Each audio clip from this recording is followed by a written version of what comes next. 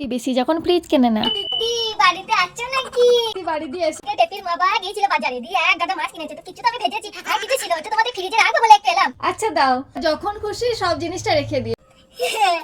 A few moments later. দিদি আমি আবার তোমারটা আবার চলে এসেছে, ভালো লাগে না বাবা। এই ফুলকপিটা রাখতে ভুলে গেছি, ফুলকপিটা তো বাইরে পড়ে তাহলে নষ্ট হয়ে ভালো তোমাদের বাড়ি আসি।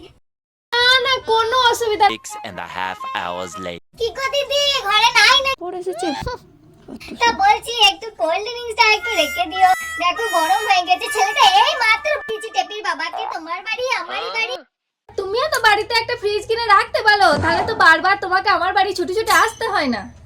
তোমার মতো আমার প্রতিবেশী থাকতে আমি কষ্ট করে একটা ফ্রিজ কিনবো, সে আবার হয় নাকি? কটা মাস গ্রীষ্মকাল, তারপরে তো আবার শীত পড়ে, ফ্রিজ কিনে এত টাকার বিল বাড়িয়ে তো কোনো লাভ নেই। হ্যাঁ, ফ্রিজে এটা সেটা রাখতে পারলে লোকের বাড়িতে আবার ফ্রিজ কিনবে কেন? কোথায় যাও আসে কেন?